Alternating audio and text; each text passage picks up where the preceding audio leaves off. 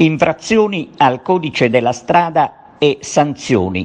Gran lavoro per la Polizia Municipale di Agrigento, che ha elevato decine di multe a motociclisti e automobilisti indisciplinati con interventi mirati.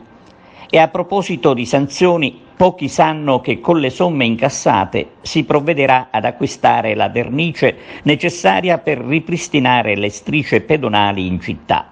O meglio, si dovrebbe acquistare la vernice.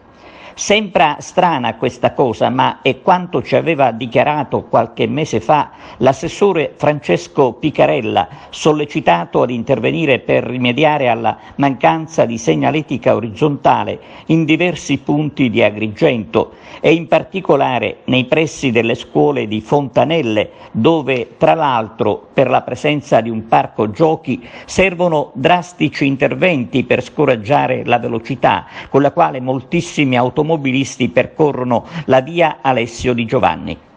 L'assessore Picarella aveva allargato le braccia quando ha ricevuto la segnalazione del pericolo, non potendo nemmeno intervenire, come detto, per le strisce pedonali, non essendoci praticamente somme disponibili.